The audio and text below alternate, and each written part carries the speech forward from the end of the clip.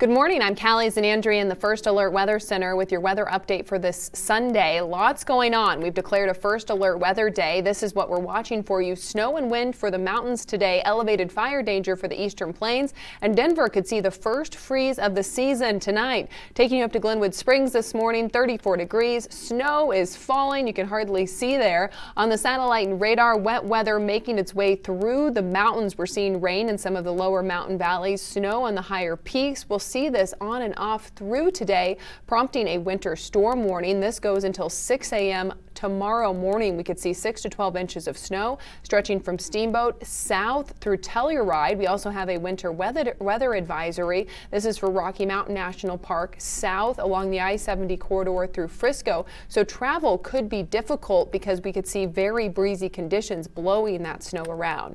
As you put the futurecast into motion, by noon today, we'll see that snow intensify, especially in the northwest portion of the state through Meeker and Steamboat. We could see some rain move into Colorado Springs and south of Pueblo, and then by 3 p.m. this afternoon, some rain sneaks into the eastern plains. Snow continues in the high country. Clouds increase in Denver, and we'll see breezy conditions, but right now, a very small chance for Denver to see any moisture. A closer look at the Denver metro area. By noon today, we'll see increasing clouds and very breezy conditions as that cold front pushes through.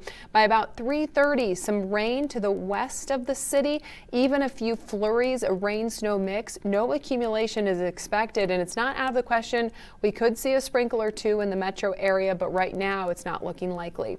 Wind is the big factor here along the I-25 corridor. As we put the wind gust forecast into motion, we'll see breezy conditions across the state, making travel difficult, especially on the eastern plains where we could see blowing dust, and up in the high country where we could see blowing snow. So very breezy conditions. This has prompted a red flag warning for high fire danger for most of the eastern plains today. We could see humidity under 15% with the dry grasses and soil and those gusty conditions, the perfect recipe for high fire danger.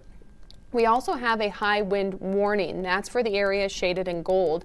The area in tan is a wind advisory. We could see blowing dust, and that could cause very reduced visibility at times, especially along the I-70 stretch through Lyman later this afternoon. So today, before that cold front passes through, by about noon, we'll climb into the 60s here in the Front Range. Out on the eastern plains, still in the 70s, and some places in the low 80s. But up in the high country, as that front has already passed through, you see 30s and 40s today for the daytime high, and then overnight tonight, temperatures drop. We'll be in the low 30s, even some 20s throughout the Front Range. So that has prompted a freeze watch tonight through tomorrow morning.